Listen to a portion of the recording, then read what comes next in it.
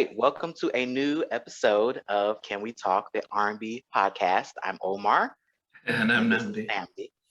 Nnamdi. Yes. So I hate to call Tina Turner back to the stage again. I know people are thinking I'm picking on her, but I'm not. But I have some questions, Tina.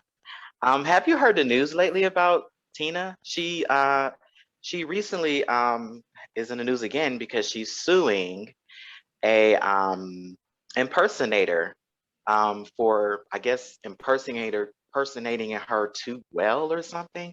So she's suing Dorothea Fletcher, also known as Coco. Um, and her reasoning is that Coco, uh, on the advertisements for her tribute concerts, she looks too much like Tina Turner. I mean, isn't that the point Okay. of being an impersonator? You're supposed to Okay. impersonate, right? So I just find that hilarious.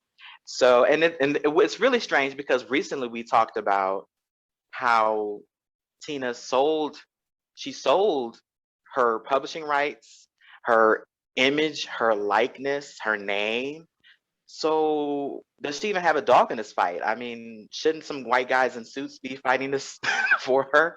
I'm confused. I'm confused. Unless it has something to do with the deal, um, unless it's part of the fact that the value of the deal isn't worth as much if others can do so. But no, I've never heard. I hadn't heard of that, and that'd be interesting to see and understand Yeah. what the. But like anything, I think tribute acts extend extend your publicity. I mean, Elvis was always the first ones that we really knew about as impersonators.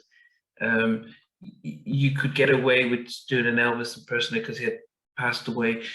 Michael Jackson ones weren't really as good until recently.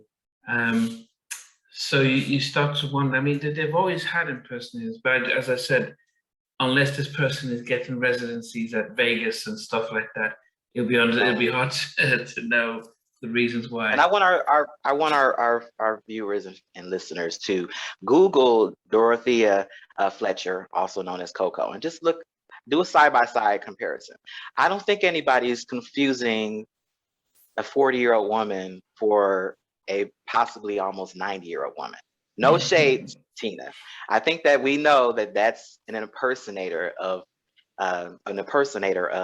Tina Turner. So, I mean, but to each his own, but we need to keep our eye on this because should Tina Turner succeed, this will be an unprecedented event in legal terms because a lot of different impersonators, the law as it pertains to that will change if I'm not mistaken. So just look up that story, guys. I know there's more to it, but it was very interesting.